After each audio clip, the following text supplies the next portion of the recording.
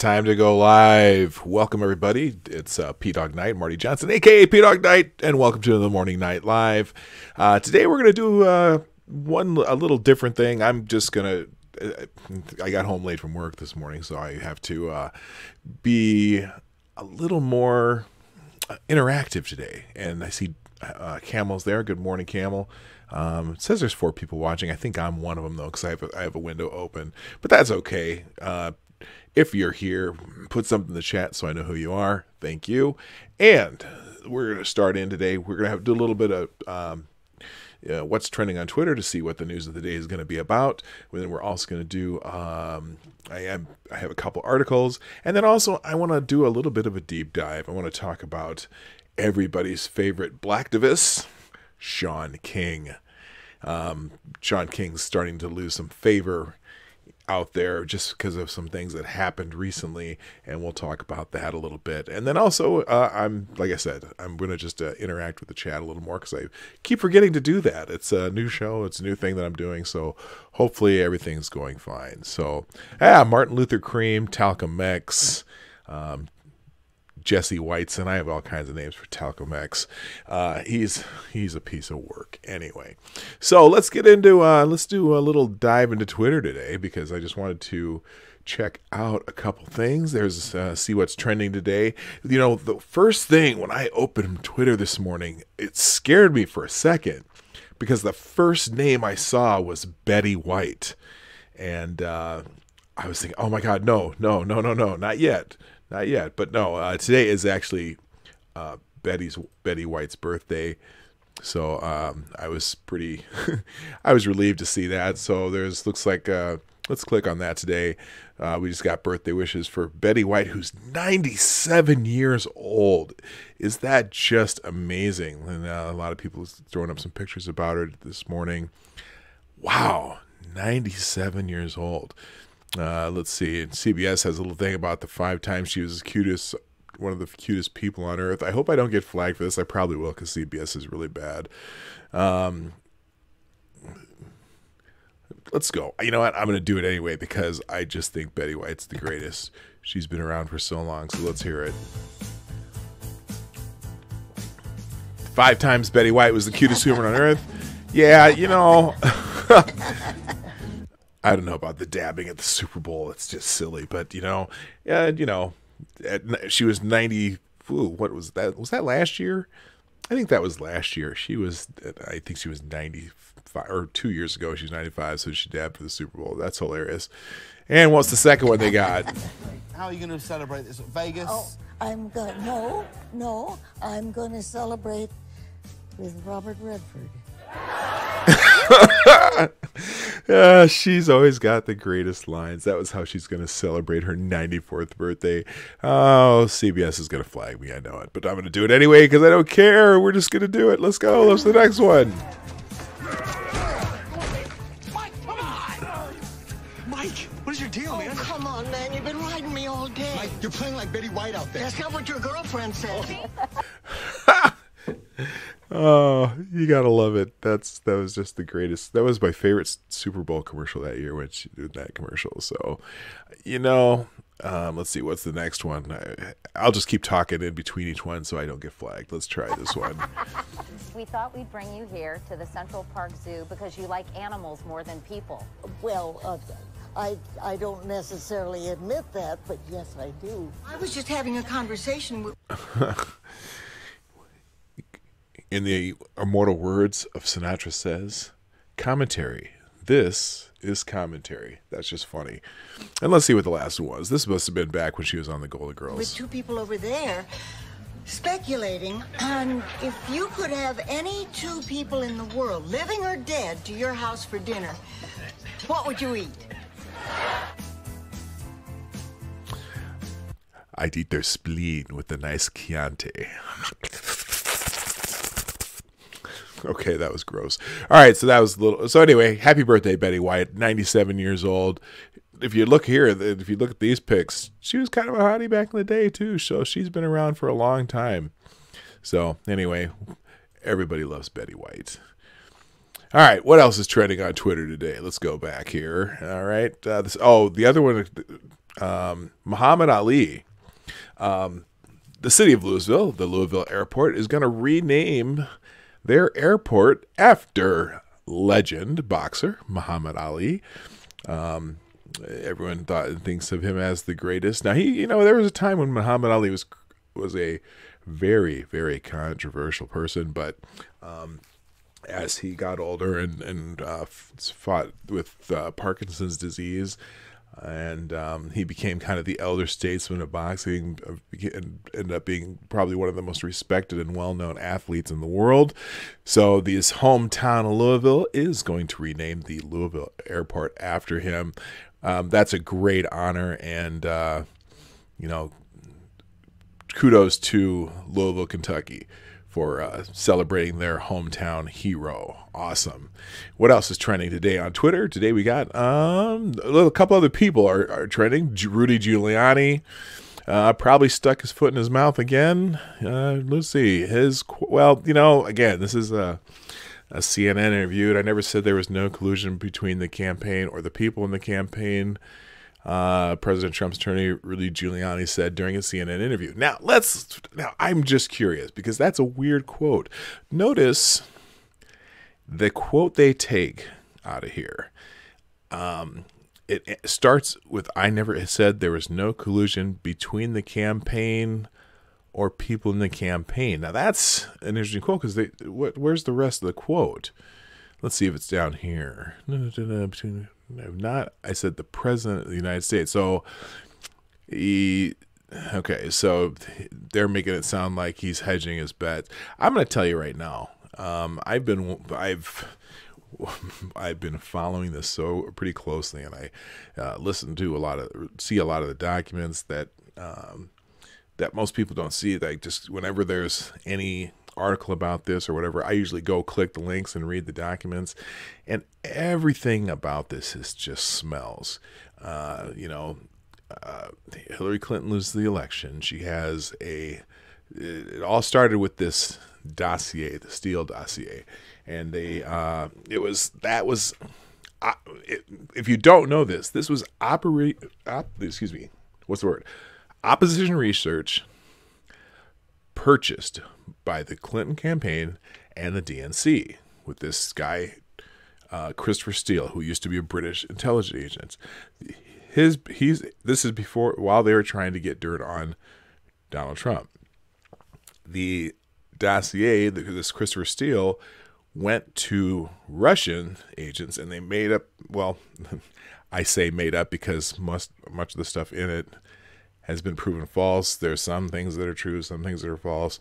But anyway, the information, in theory, was taken from Russian agents or Russians. So if you think about who actually colluded with the Russians, that would be Christopher Steele, who wrote a report that was bought and paid for by Hillary Clinton and the DNC. Now, this information, which they know was opposition research, was somehow given to the FBI, and the FBI takes that to a FISA court. Doesn't really tell the FISA court that it was paid for by the Clinton and the DNC. They just said that it had some ties to. It didn't even say that. They didn't even say tie. What you're going to find out, I think, is that they knew that this was opposition research. The FISA court never really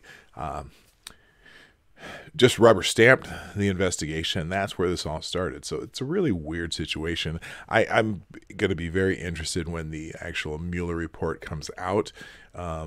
So far, they haven't really provided anything that says there's evidence of collusion between Trump and the Russians, but every day you hear something Russia. So I guess we'll find out. We'll find out someday soon, and that's that. So anyway, but the corporate media just loves to rip on Giuliani, and Giuliani does say some dumb things, but I don't think he's a bad guy. Anyway, let's go back to, that's enough for Rudy Giuliani. Who else is trending on Twitter today? James Earl Jones. I'm almost afraid to click it. Let's find out. Good. Just another birthday. the voice of Darth Vader, one of the greatest voices in history. This is CNN. He's the voice of the CNN. He's also been there's Darth Vader. Thanks to the maker. Thank the maker for James Earl Jones, 88 years old today. Let's see. David Prowse did the powerful physical performance as Darth Vader, but James Earl Jones' commanding voice are what made this legendary character. Use the Force, Luke. Use the Force. Seize him. I always love doing James Earl Jones imitations. Oh, he even has an official Twitter account. That can't be. Is that James Earl? Wow, look at that picture of James Earl Jones. Okay, look at him here. Now is this the same James Earl Jones in that Twitter account? Let's check this out. Oh, it is. Wow, he let himself go all gray. Currently, he's starring in a Broadway show called The Gin Game. Just a fantastic actor. I've been not following him, but he's been a prominent actor pretty much my entire life, and my parents really liked him too. So, but like I said, one of the greatest voices in Hollywood. All right, moving on. Let's find what else is on Twitter today. Thursday motivation. Don't care. Oh, this is another. Is this another earthquake, or is this the same one? Oh, no. Within the last hour, another earthquake in the Bay Area. There was a minor earthquake in San Francisco yesterday, and now we've got another one in Piedmont, which is, if you look, I don't know if you can see my cursor. You can't because I have it hidden. But that little red dot on the map there is where the earthquake was this morning. Let's see. Let's see some of the just reactions. Well, at least it waited until 6 today. Good morning again, earthquake Twitter. Apparently it happened around 6 o'clock this morning, California time, which is just about an hour ago, or an hour and a half ago. Let's see. This is the third felt earthquake in San Francisco Bay Area, California, in the last 26 hours. So it's been 3 times. Again, these are minor earthquakes, but man, anytime that ground starts shaking out there, I certainly wouldn't want to be there, because I'm not excited about earthquakes. All right, enough about the earthquake. Let's go back to, is there anything else trending that we care about today? Betty White, what is Taehyun? Taehyun. Let's find out what Taehyun is.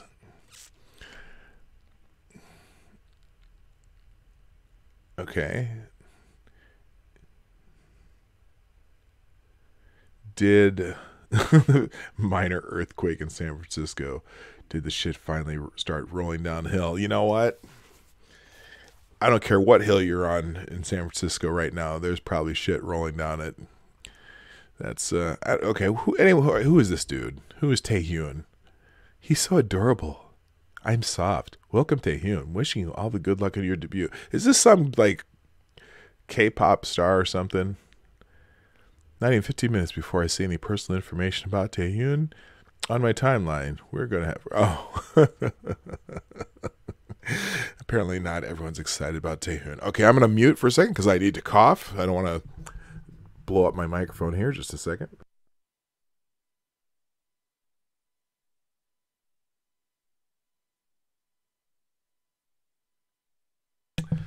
All right, so there's my cough, and here's my coffee.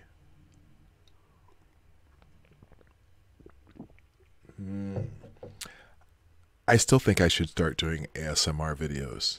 Would I be good at that? Would I be good at doing ASMR videos? I could just whisper into the microphone. Oh, I didn't need that. No. You don't need a screen grab of that. If you use it, wait, what are those? You know, it's funny. Because I was really curious about these ASMR videos, and I went and watched a couple, and they're just weird. I don't get what the big thing about them are. They just they blow up the channels, and they're just like making noises in their mouth. There's one, the lady's just like, and I'm like, what the hell? Who watches this? But then I stood there and watched her for about an hour. So never mind. I guess I understand the draw. Who knows? All right, let's see. Hey, Tarkett, I see your question here. Is Shaun King still trending? It was great watching the black community turn on him last night. Oh, they just went crazy. And that's what I do want to talk about that a little bit here. I've watched a couple of videos. I hope I can find it when I go here, but or start getting into that. But man, everyone's turning on Shaun King, and it's way overdue. The dude is one of the biggest grifters on the planet. He's anyway, we'll get into that in a minute. All right, let's get into the headlines today. And the first one, though, I want to do, we get, there's a lot of scolds in the progressive community who are going to tell you that you shouldn't, make sure you're using proper people's preferred pronouns and making sure that you're not disparaging any communities, whether it be the black community or the gay community, or don't be an anti-Semite and don't do this and don't do that. And yet it's funny how often they themselves will use certain verboten tropes when they're talking about somebody that's not part of their community. And so I'm laughing because one of my favorite sites, blogs that I read, is called the Ace of Spades HQ, and this is from the Ace of Spades HQ. The headline says, MSNPCs, how cute, Stephanie Rule, Trump's got compromise on Lindsey Graham because he's a huge homo. And the progressive in a nutshell. So this is from the article that this one's from is from, let's see here. It's from Free Beacon. So here's just a quote from the Free Beacon. Before Don got elected, Lindsey Graham called Donald Trump a racist, xenophobic bigot. This is the quote from this, what's her name? Stephanie Rule. Before Don got elected, Lindsey Graham called Donald Trump a racist, xenophobic bigot. Those are Lindsey Graham's words. Jolly said, I doubt Lindsey Graham could tell you Donald Trump has had a change of heart in the last 24 months. I bet the change of heart has been with Lindsey Graham, not the president. Or could it be, that's someone talking. And then Rules replies, or could it be that Donald Trump or somebody knows something pretty extreme about Lindsey Graham? Rule replied, we're going to have to leave it there. The smirk Rule produced when she spoke suggests she was referring to rumors about Graham's sexuality, which some Democrats have been trumpeting anew recently. John Cooper, chairman of the Democratic Coalition Super PAC, explicitly accused Graham on Saturday of letting himself be blackmailed for some pretty serious kink. And here's a tweet from John Cooper, that's almost a better name for him. A Republican just told me that he doubts Lindsey Graham is kowtowing to Trump and indirectly Putin. Got to throw Putin in there, of course, because he's being blackmailed over his sexual orientation, an open secret, or even financial corruption. Rather, he thinks it probably involves some pretty serious sexual kink. It's so funny how they will so quickly gay shame somebody. What if Lindsey Graham is gay? Who gives a shit? None of us do. None of us normies do, so to speak.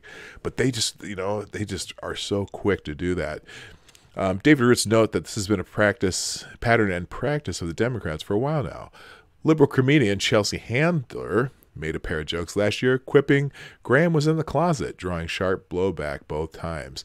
If you're wondering why Republicans took a sick day today, it's probably because it's National Coming Out Day. Looking at you, Lindsey Graham, she wrote on October 11th. And then we also reached out. I reached out to Cory Booker for comment, but he had a prior engagement giving congressional hand job of the.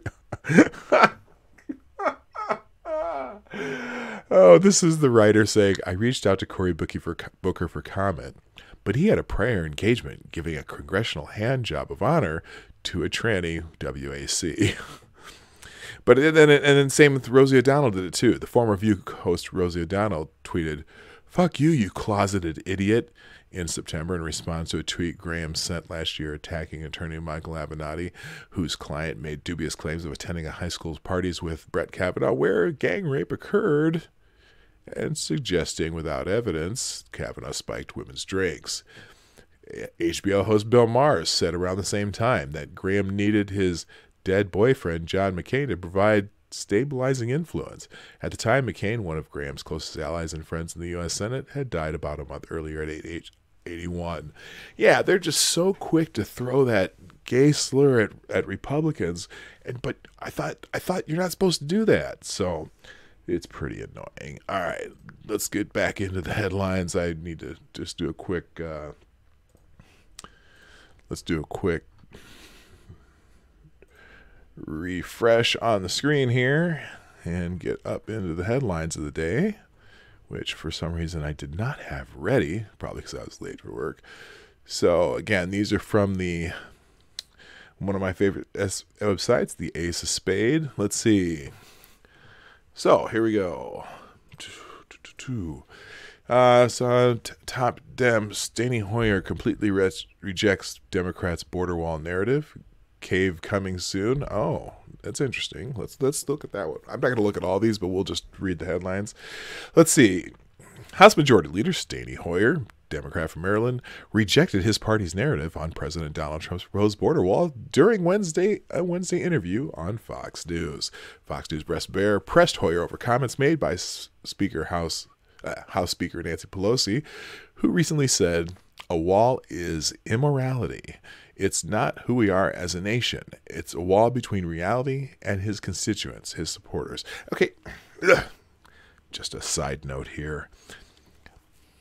What exactly makes a wall immoral? Is it immoral to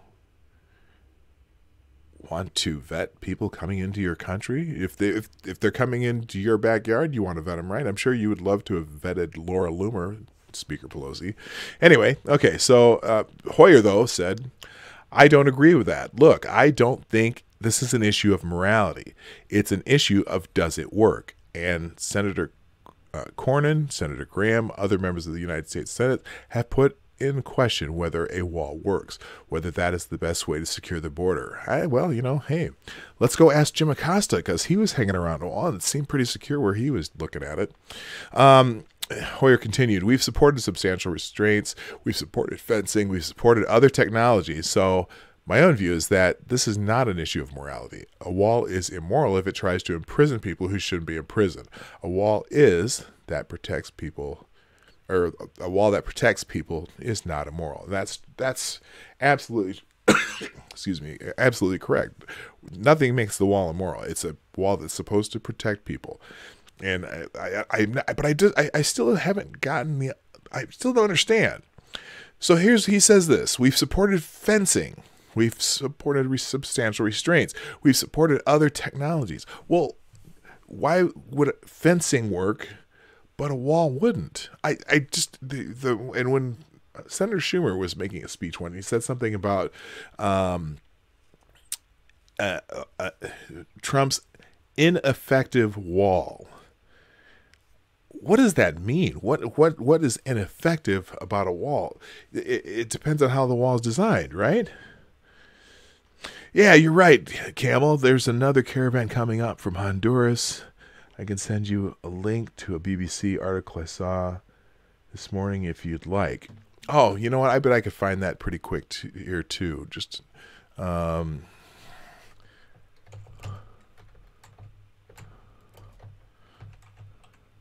here, BBC Caravan. Let's just do that. Migrant Caravan, BBC News. Is that the one you're talking about? Let's see. Is it from today? January 15th. Oh, I see. Yeah, new migrant caravan crosses Guatemala. That's from this morning. Several hundred migrants from Honduras who left the northern city of San Pedro Sula early on Tuesday are now crossing Guatemala on their way to the U.S. The first wave of about 500 people has reached Taehyun on the border between Guatemala and Mexico. A larger, slower group is in Guatemala City, where its members sought refuge in a local shelter. This new caravan set off as hundreds of Central Americans remain stranded on the U.S.-Mexico border. U.S. President Donald Trump has repeatedly taken to Twitter to demand funding for the construction of a border wall to keep the migrants out. His latest tweet on the issue, he said that similar walls had shown to be close to 100% successful, but failed to offer any evidence of examples. Of course, because you don't... I'll give you one evidence of examples. There's a wall surrounding parts of Israel between the West Bank and Israel.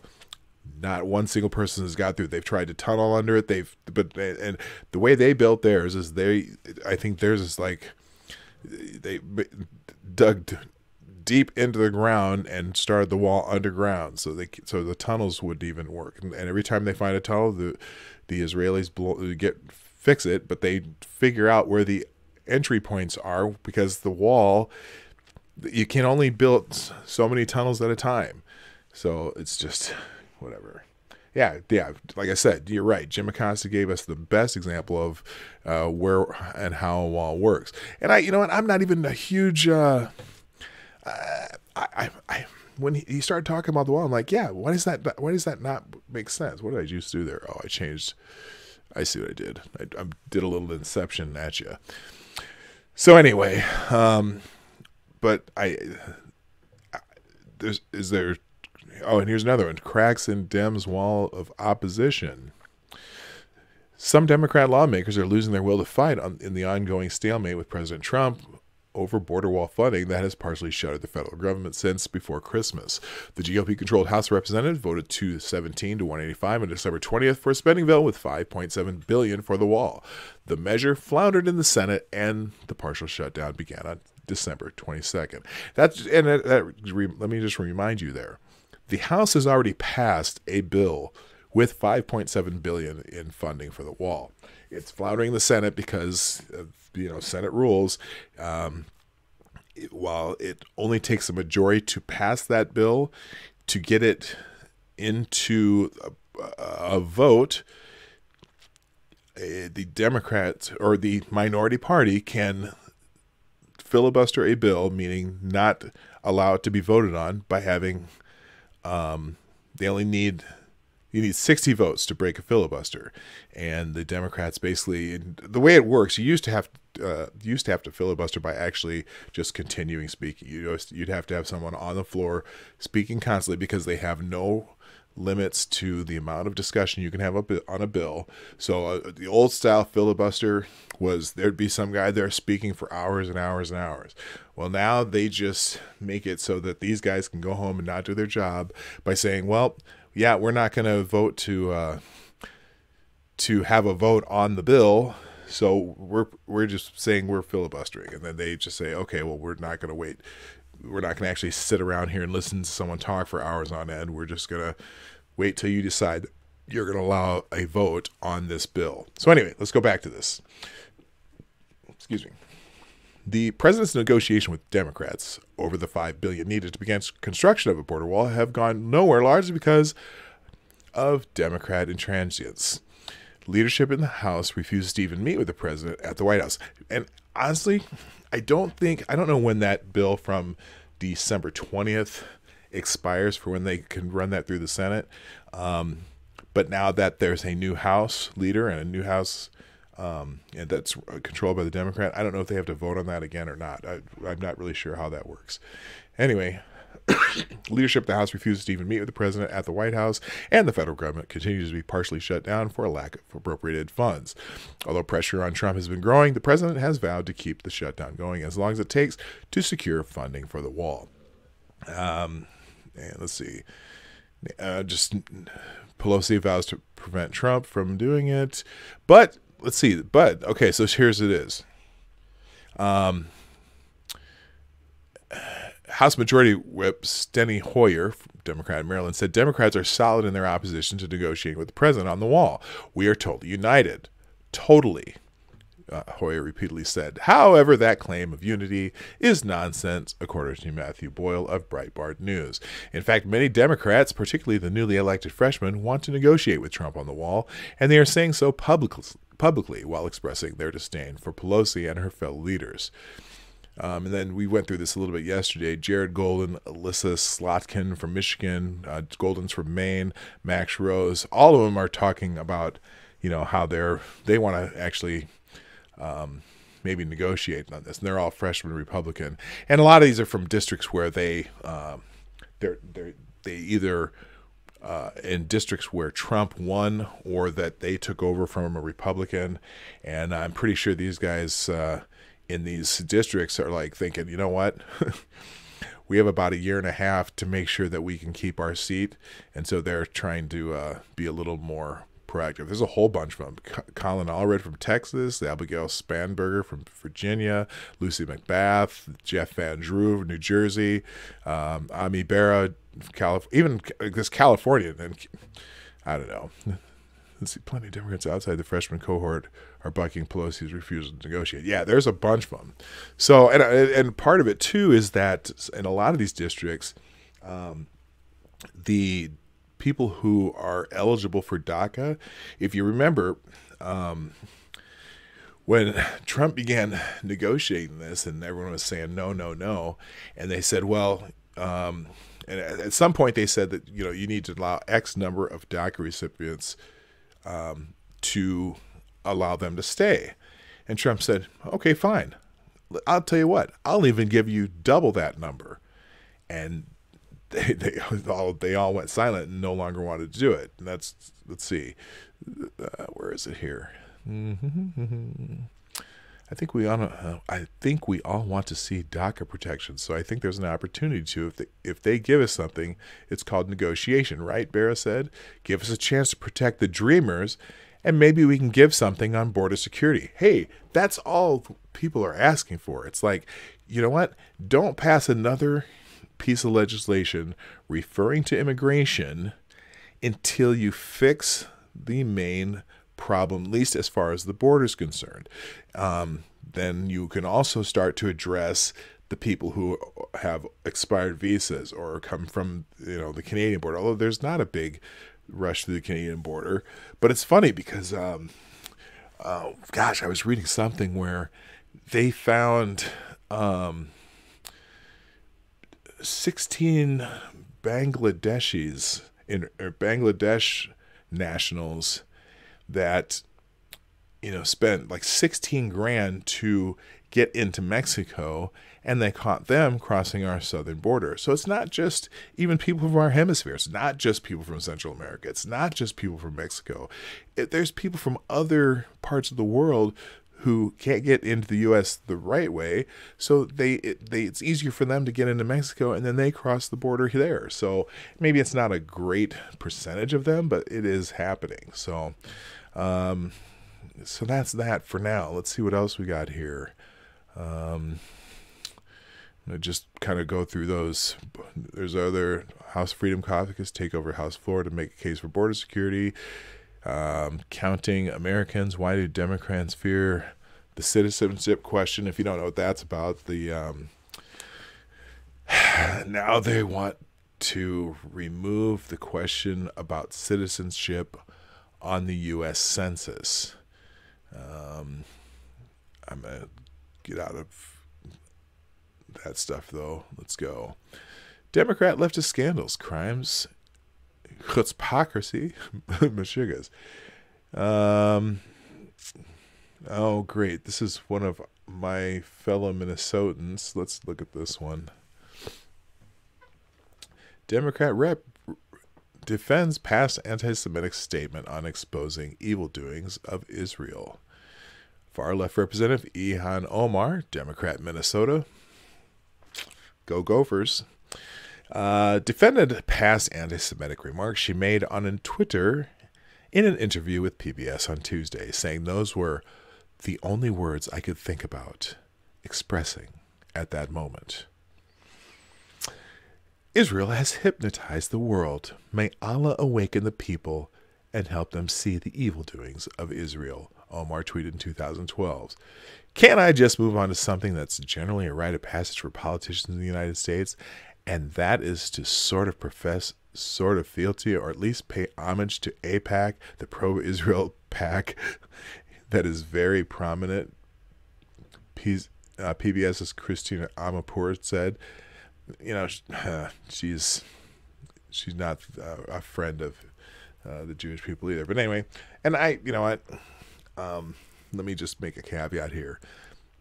We support Israel because Israel is the one ally we have in the Middle East that is undying, and I don't really, you know, I don't factor religion into that. I factor in that they're an ally. They're a democracy that's stable in the Middle East, and they are our friends in most cases. So I don't know what people's opinions are about Israel, and I don't. But the thing that I'll say the progressive left likes to throw at everybody else is about anti-Semitism, and yet they will excuse anti-Semitism from the right people. So that's where I'm at on that. So Amanpour is asking a question. Should Jewish Americans be worried about Congressman Ilhan Omar or Rashida Tlaib because of the BDS movement? Because one of the tweets you made a long time ago, you were a part of a new wave of Democrats not afraid to be critical of the government of Israel. And so she replies, during the 2012 military offensive in Gaza, this is still her continuing, you tweeted, Israel has hypnotized the world. May Allah awaken the people and help them see the evil doings of Israel. Amanpour continued, how do you put that into context now, and what do you say to American Jews? So here's her answer. I remember when that was happening, watching TV and really feeling as if no other life was being impacted in this war, and that really those unfortunate words were the only words I could think about expressing at the moment, Omar replied. What is really important to me is that people recognize there's a difference between criticizing military action by a government that has exercised really oppressive policies and being offensive or attacky to particular people of faith. Omar then tried to justify her criticism of Israel by attacking another U.S. ally, Saudi Arabia, saying that she also calls for action against them. On her first day in office this year, Omar and fellow far-left rep Rashida Tlaib were photographed embracing anti-Semitic and alleged Muslim Brotherhood sympathizer. I'm having monkey tongue. You probably know what that means. Sympathizer Linda Sarsour after they were sworn in. Omar has had to deal with a significant amount of controversy over her short political career, as she has faced serious allegations that she married her brother, committed immigration fraud. If you don't know about that, they say that she married her brother to be able to get him to immigrate to the U.S. That's weird too. I don't know. I don't know the details in that, so I'm not going to comment on it. Tlaib has not shied away from her anti-Semitic beliefs, as she recently promoted an anti-Semitic conspiracy theory that Jewish members of Congress have a dual loyalty problem. They forgot what country they represent, Tlaib tweeted. This is the U.S., where boycotting is a right and a part of our historical fight for freedom and equality. Maybe a refresher on our U.S. Constitution is in order. Then get back to opening up our government instead of taking our rights away. Okay, that line, taking our rights away. Who's taking your rights away, Representative Tlaib? Who exactly? Whatever. Oh, she's ripping, and that's her ripping on Bernie Sanders of all people. Bernie Sanders, one of the most progressive people in Congress. Anyway, oh boy, these people are just annoying. All right, let's see here. How much time? I'm doing pretty good for time. So, let's see. Going back to what happened here. Oh, the wrong thing there. Other headlines: Trump signs bill promising to pay like furloughed federal workers. Great. Government shutdown. Pampered federal workers don't deserve anyone's pity. I'm not going to go into that, but federal workers do have some of the most amazing benefits packages. And another thing about that, I want to talk about government employees unions, because usually unions representing employees are using the power of their collective bargaining against a private company who has their own money to they have their own money. They're bargaining against the people they're working for. That is a private company that the money comes from the profits of the business.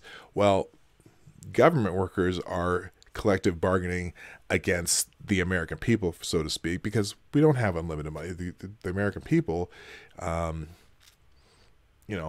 we have to give more money to have those federal workers. Now, I'm not saying that federal workers shouldn't be paid fairly, but just some of the people that I know that work for the government, I hear about their benefits and I go, whoa, they have really great benefits. Although my company has great benefits too, so I can't complain. But my company's a private company that's paying me out of the profits that they make from my labor. So there's a difference there. What else here? Pelosi shows. Okay, we already said that. Oh.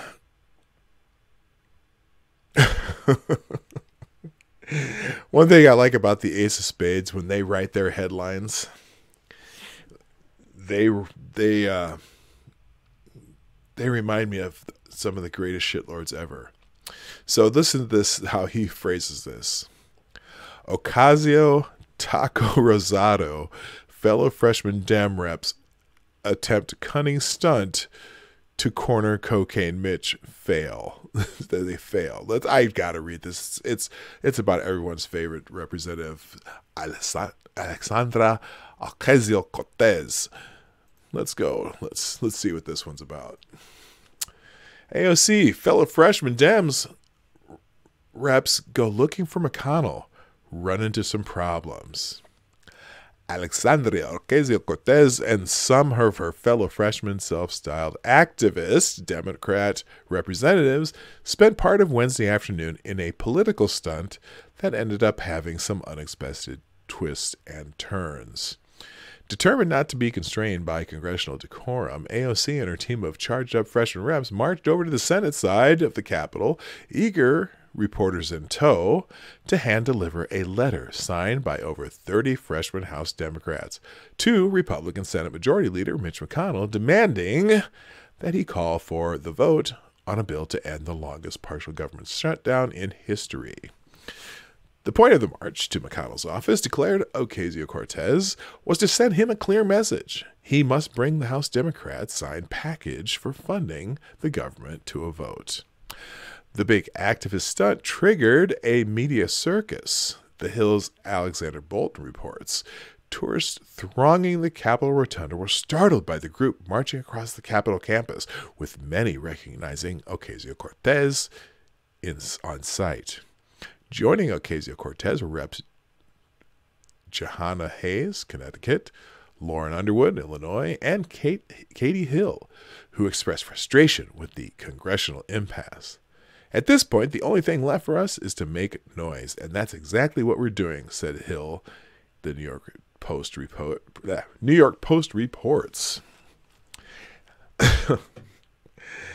I'm just waiting to hear what I did. I haven't seen the story yet, so I'm just reading it as you and I are soaking this in together. 800,000 people don't have their paychecks, said Ocasio-Cortez. So where's Mitch? At one point, she offered her an answer to her own question. He seems to be running away from us. The Washington Post's Erica Werner offered a play-by-play coverage of the search for McConnell on Twitter, which included the group of freshmen having a hard time locating his office, experiencing an awkward run-in with Iowa Republican Senator Joni Ernst, and a group of pro-life Republicans, eventually realizing they'd gone to the wrong office, and then staging a bizarre mini press conference. So they went to the wrong office, and here's the first thing that they say. Oh, this is what Warner's writing. After being turned away from McConnell's office for a second day running, House Dem freshmen now trying to find him on the Senate floor or Senate Republican cloakroom, Warner wrote in a series of tweets noted by Twitchy, which is a aggregating site. The House Democratic freshmen are evidently leaving now, or are evidently now leaving a note on McConnell's desk in the chamber. Senator Ernst and others were doing a colloquy in support of March for Life as the House Dem freshmen tried to leave a note for McConnell in the chamber. We hope they enjoyed our message of life, Ernst said, Warner noted in a follow-up tweet. So they basically went into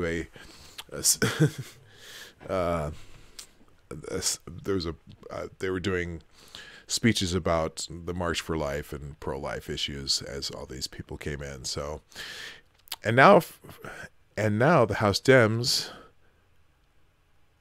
a smaller group, including AOC, Katie Hill, Lauren Underwood, are heading to McConnell's office in Russell to deliver their letter calling for votes to reopen the government, she continued. And now they're holding a press conference outside McConnell's office. They're saying they ran on political activism and are now bringing it to Congress. So this is the whole thread here.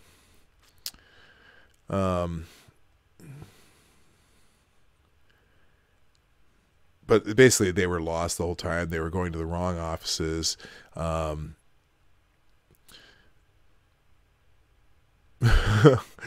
Okay, I am going to keep reading this because it's kind of funny. Bolton provides some more details on the Wednesday afternoon mission to find Mitch, including that the group of freshman congressional activists were met by McConnell's deputy chief of staff, Don Stewart, who said he'd gladly give the letter to McConnell, as I do with every single letter that comes into this office. After huddling outside the old Senate chamber, Bolton reports the group then decided to deliver copies of the letter to the Senate GOP cloakroom as well as McConnell's personal office in the Russell Senate office building. But there was a problem. They didn't have enough copies for their new strategy, so Bolton reports McConnell's staff offered the use of their copy machines to make enough copies to complete their political stunt. So that's just hilarious. McConnell's office offered to make copies for him. He was cooperative. So anyway, okay, so basically this just turned into a fiasco. So Miss Cortez doing her thing. All right, I'm going to get out of this for now. And an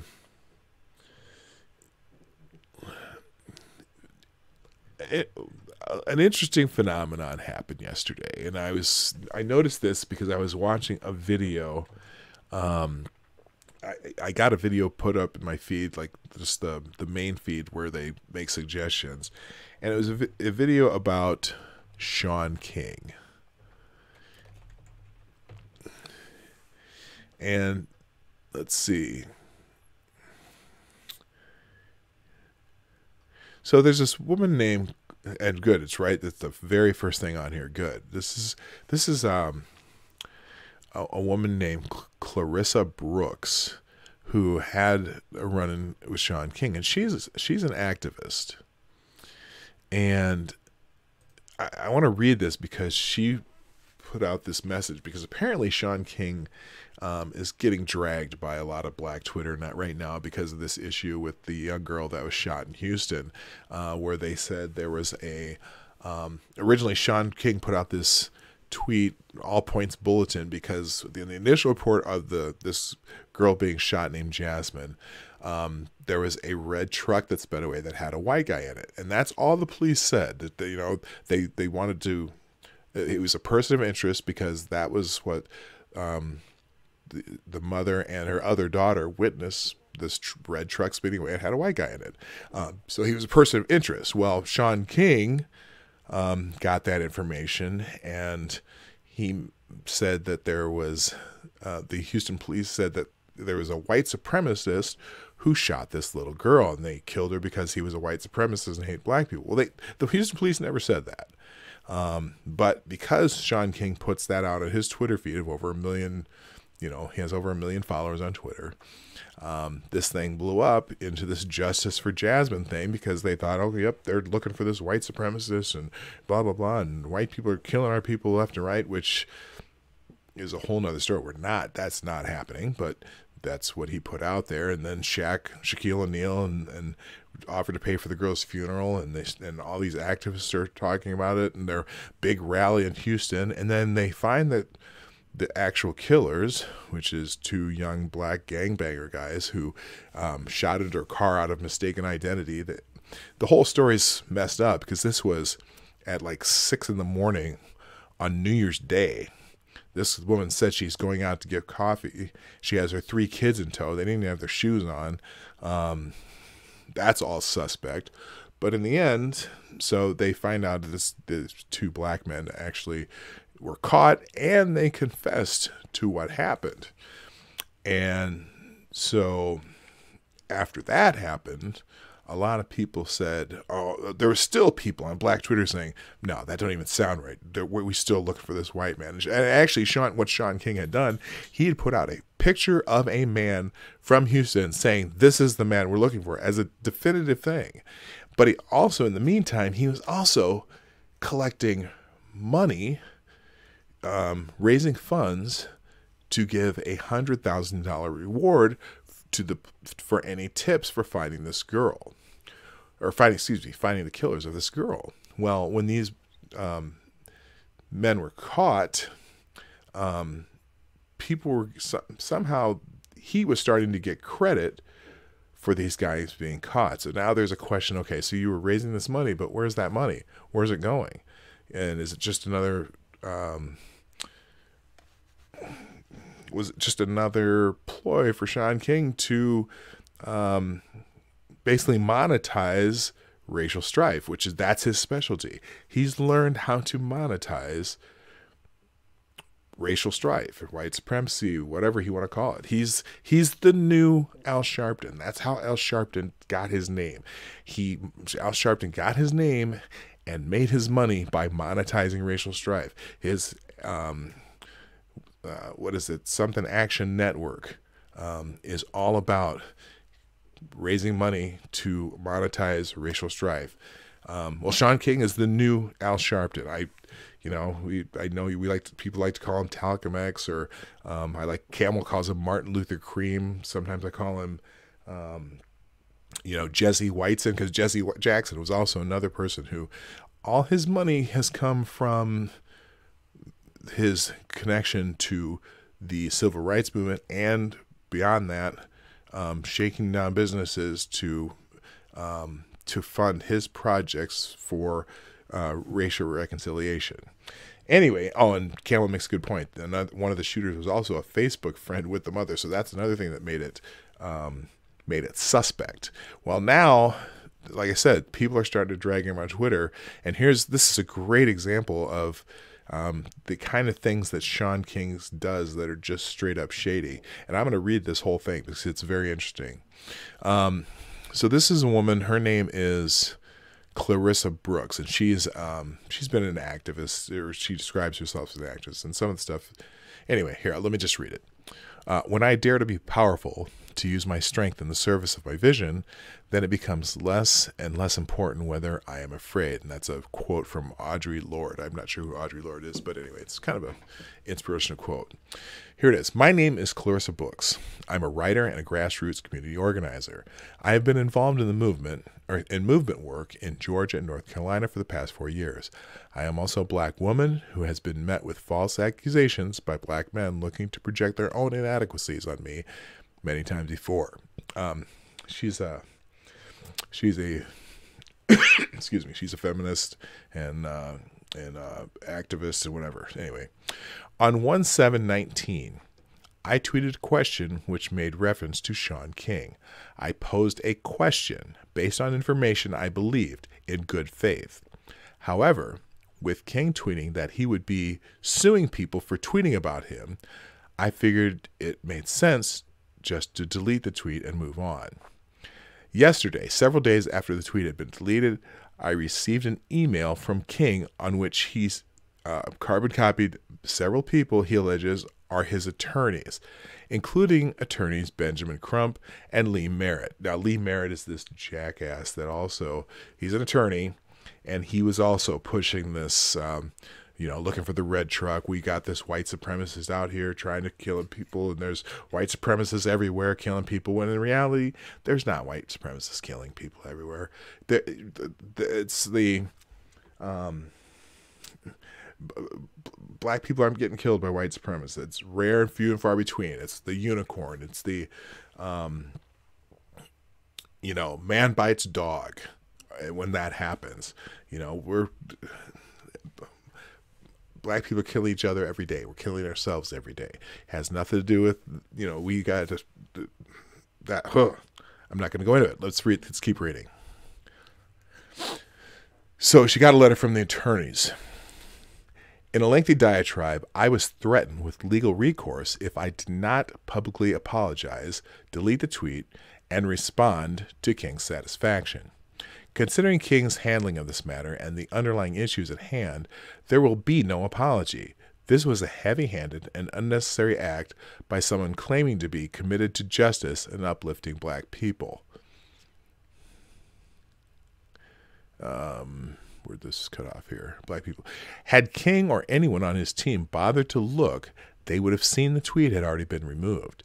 Any concerns about damage to his reputation, etc., could have been addressed with me in a civil manner. I am not a malicious person, and I do not appreciate being accused of trying to destroy anyone. I was part of the communications team that helped create the Free My Sis campaign alongside Color of Change, Me Too, BLM Nashville, and the Highlander Center that fought for Centonia's communication. Now, this is about Centonia Brown, who, the woman in Tennessee who was freed. She was put into prostitution, or she had a boyfriend who who ended up being a pimp. Got her into prostitution at a young age. When she was 16, she met up with a John who was in his 40s, and while he was sleeping, she shot him in the back and killed him, robbed him of the money in his pocket, robbed him of things in his home, took that stuff to her pimp. She got caught. She was put in jail, and they gave her a life sentence. And she originally was going to have, she wouldn't be eligible for parole for 51 years. She had been in prison for about 10 years when activists found her case and started to try to get her sentence commuted because she was only 16 when she murdered this guy. In the meantime, during those 10 years, there had been times when she had communications with her mother on the phone where she admitted that in fact, her own words said that she executed the guy, gangster style. She also told other prisoners at the time that she also told other people that in the prison that she admitted many times, and there was witnesses that said that she murdered this person, but because she's this young, nice-looking black woman, the activists got a hold of this case saying that she was being trafficked. It turned into a case where now the governor has granted her clemency after 15 years of prison. She's going to get out later this year. Yep, I'm looking at you here, Camel, in August. Anyway, that's the Centonia Brown case. She was this woman, what was her name? Clarissa Brooks. Was one of the activists was trying to work on this. So most of these organizations I've worked with directly and would vouch for my character should I need them to. I deleted the tweet of my own volition many days ago, and this attempt at coercive apologies speaks to the lack of care King has for other black folks fighting for liberation. As someone who claims to care about healing and justice, this entire situation could have been handled with much more care and grace. If this concern is genuine, he could have stepped back. Let me go back here. He could have stepped back and considered the optics of bullying people with smaller platforms. I corresponded with King today, which was yesterday, 1/16/19, after he repeated that he and his team would pursue legal action if I did not apologize to his liking.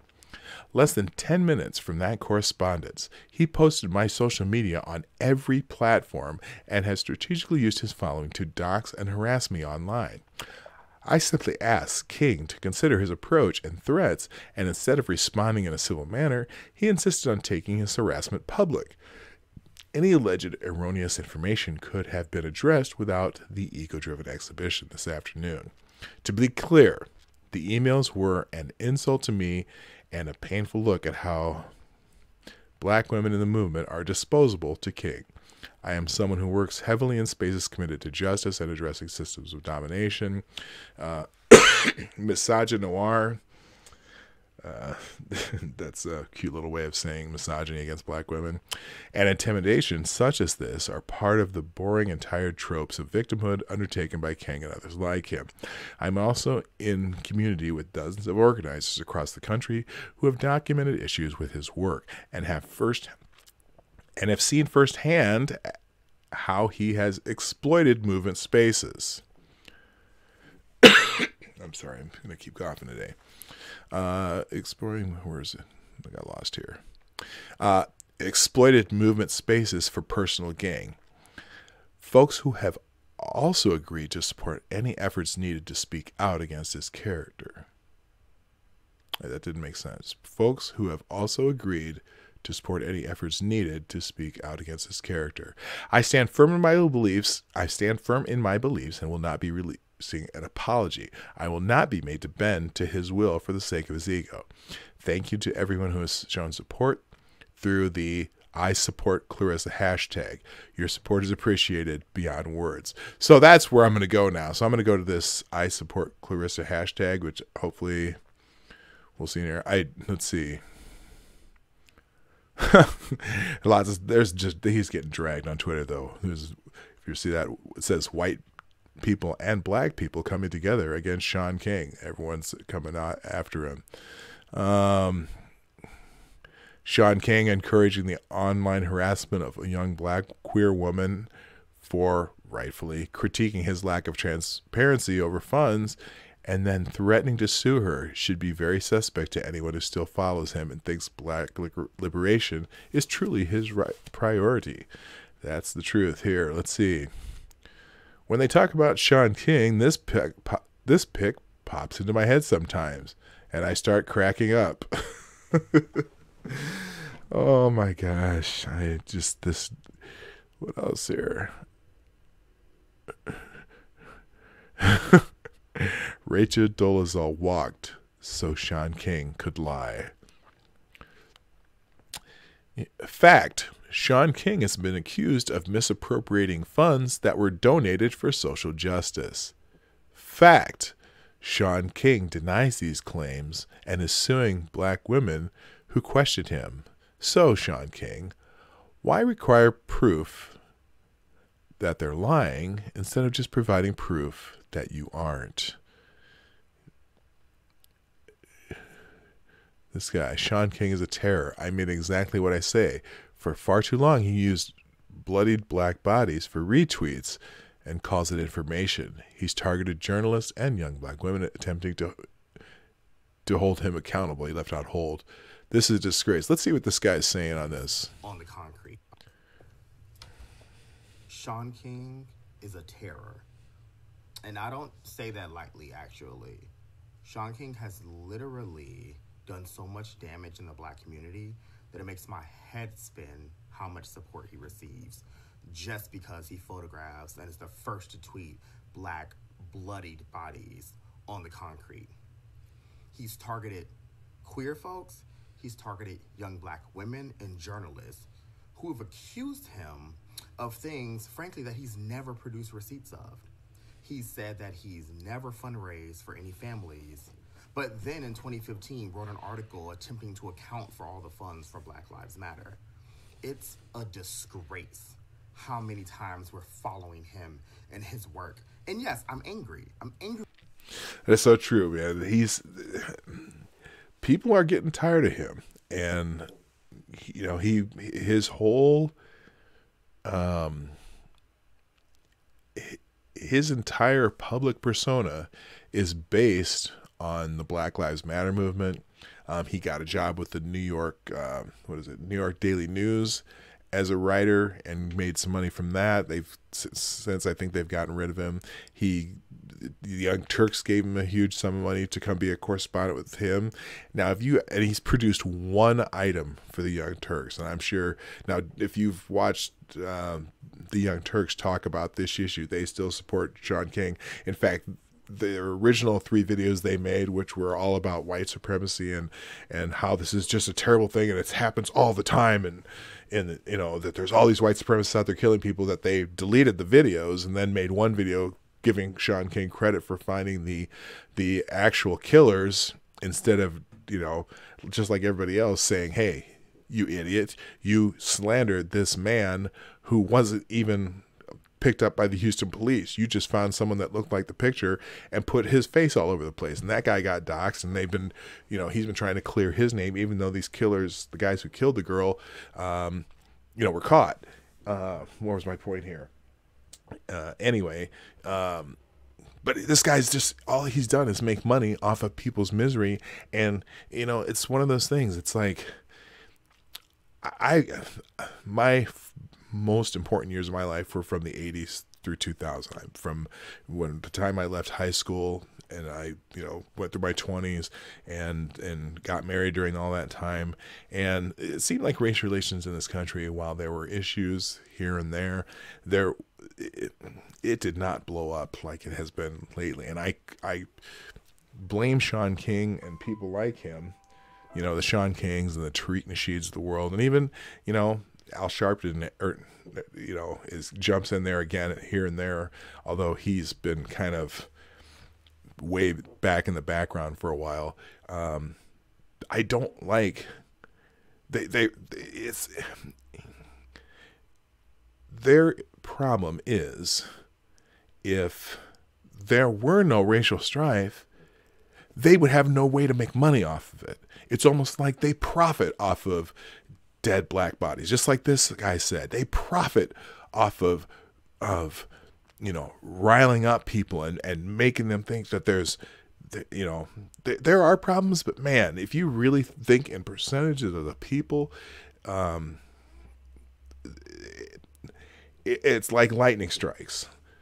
So anyway, let me go on. I'm going to go back into some, see what else is in here. I need to find that. What was that hashtag? Let's see.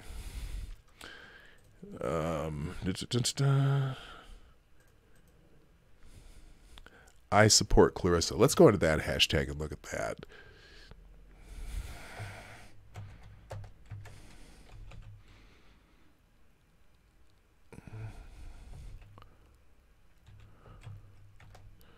Wait, is that her name? Yeah, Clarissa. I support Clarissa. Let's find that. Oh, one of my favorite dude, Vibe Highs. If you're familiar with Hotep Jesus, Vibe High, he's the dude that went and got his reparations coffee after Starbucks kicked the dudes out of their, the manager kicked the guys out of the Starbucks location. So Shaun, I'm sorry, Hotep Jesus went and got his reparations coffee. That was the funniest video I've ever seen. Anyway, he says, Shaun King, that rat bastard won't claim his white daddy. He's been on the ops. It's about time he's been exposed. Oh, Talcomex. Let's see. I support Clarissa because of our practice of idolizing men and refusing to hold them accountable at the cost of black LGBTQ plus women and non-binary individuals is harmful and oppressive. What the hell does that have to do with this? Yes, the woman is a queer black woman, but my God, so this lady decides to make it about making a men versus women and everybody else thing, and they need to be making it about Shaun King trying to monetize racial strife. That's what he does. And that's why I cannot stand the man.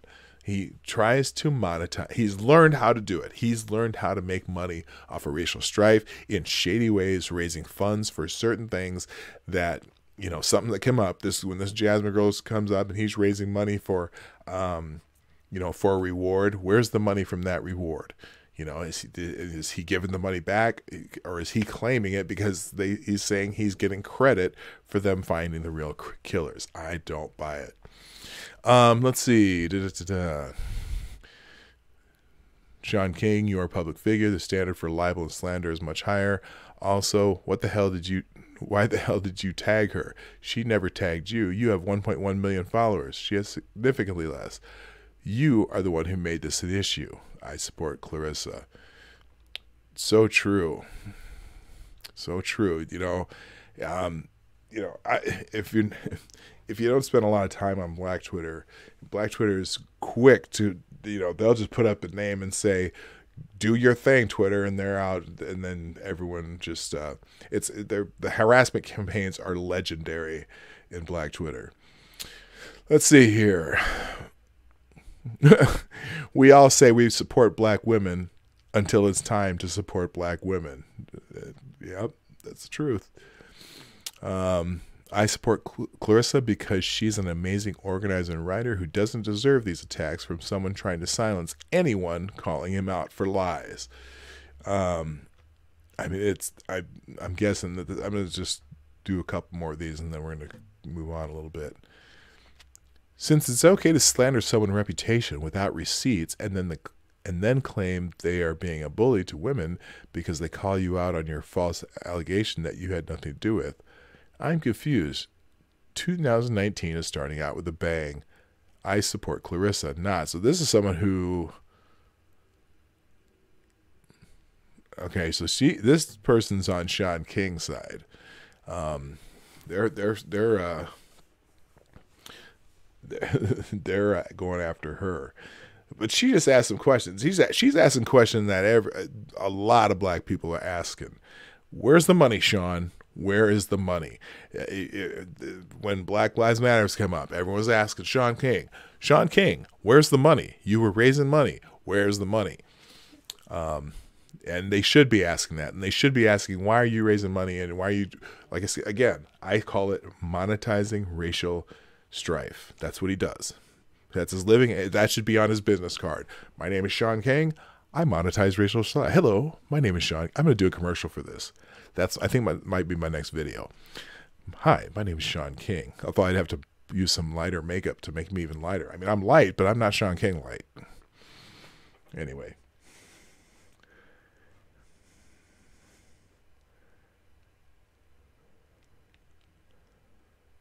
Yeah, I know. Well, here's my, hey, Camel. I'm sorry. That's my next thing I'm going to do. How many people are even in here? I don't even know. I'm just doing this. It says 6 people are watching. Okay, so Camel's making comments here. I want the rest of you, everyone else who's watching, just make one comment on the side here so I know who it is. So I know who's here because, of course, I have sitting here on my top chat. Make one comment. Just make one. If you're watching, make a comment, please. It says 6 people are watching. I know you're there. Don't hide. You don't have to be embarrassed you're here. You can watch. You can tell me you're here. Come on. Oh, there's Tarkata. Jason Burns. Hello, Jason Burns. How are you? Tarkata, who's been here a couple different times. Hey, no. I ain't going to be no white face. Tyler F. Hello, how are you doing? Why are you breaking my lurker life? Because I don't need lurkers. You know what? I don't need lurkers. I'm so new to this. I need people that are ready to support me. You can't just lurk. Actually, you know what? If you want to lurk, I'm happy to have you here lurking. I'm happy to have you watching. I appreciate you being here. I really do. So that's how it's going to be.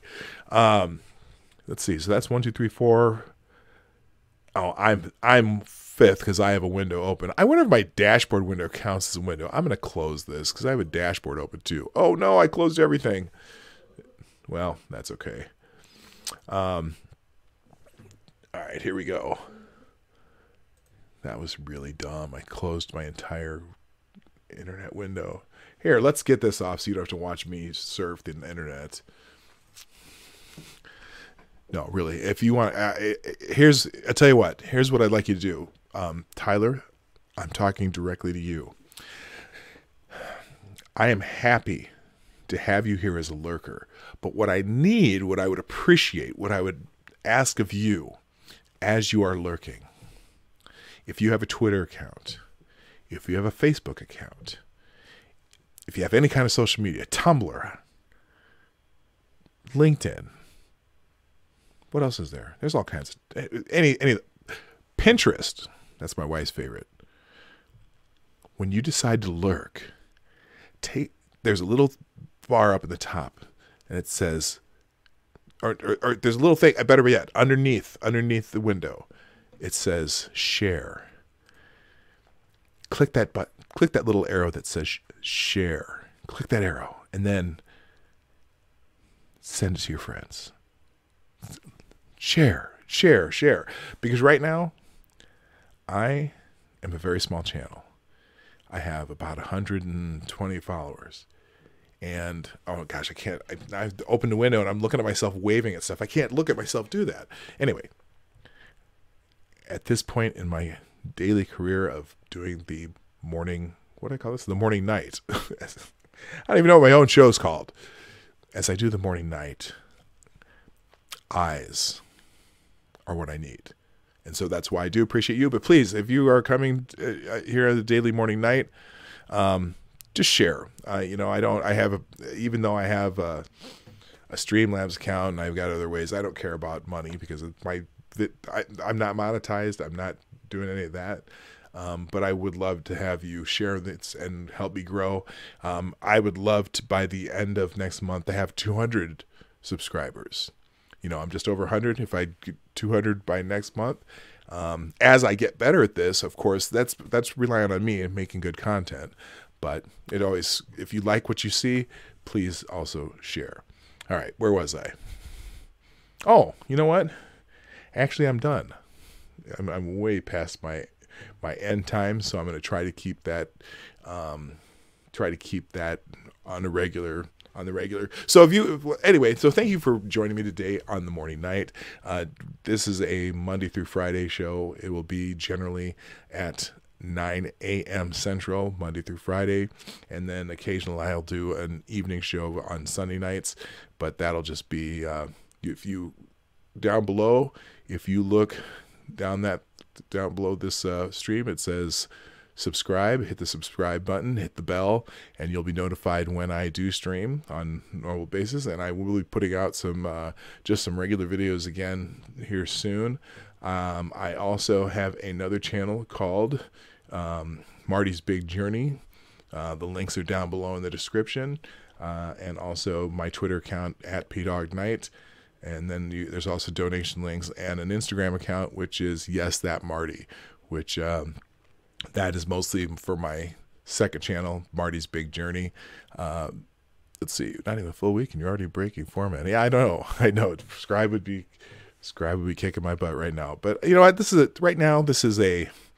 show without a format. Although I am going to just see I'm going to check Twitter every day because I want to see what people are going to be talking about later in the day. And as I join other streams, occasionally I go on Bloodwing stream, Redneck Radios. Occasionally I go on Monkey in the Morning. Occasionally I go on, with Ranting Monkey. I occasionally go on The Lords of the Night with Scribe Light and Sassy 2 Cents and Ranting Monkey. And so I make appearances on other streams, but this was that time of the day where I'm more available than not. So I decided, well, what the heck? I'll do my own stream and hopefully I'll have some people joining me. Also, coming up next week, I am going to start having some guests on the show. So probably one of my first guests may be the Camel there. He's there in the chat since he's seems to be here almost every morning. I would love to have you on next week as soon as I start doing that. And it'll be some random guests. I have a couple people that I am looking to bring on in particular who have particular expertise in certain areas. And one of these guys that I just discovered is the one who put me onto this article about Shaun King. And he's a newer YouTuber that hopefully I'm going to contact him and bring him on next week too. So look forward to that. Other than that, I really do appreciate those of you who are here or who have come this week. Again, please tell your friends. Sharing is the best way to help me out right now. If you like what I'm doing, or if you just like listening to my silky smooth voice, I get that comment all the time. Anyway, if you like being here, then please share this. There, hit that arrow, share somewhere, and let people know about me. So that's it for today. I thank you again. My name is Dawg Knight, and I am out of here.